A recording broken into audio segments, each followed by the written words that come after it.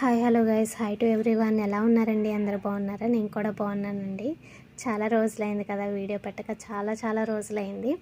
ఎందుకంటే Rio videos post చేయట్లేదని మా ఫ్రెండ్స్ కూడా కాల్ చేస్తున్నారు. అసలు వీడియోస్ ఏం పోస్ట్ చేయట్లేదు, పోస్ట్ చేయి అని చెప్పి చాలా ఫోర్స్ చేస్తున్నారనమాట.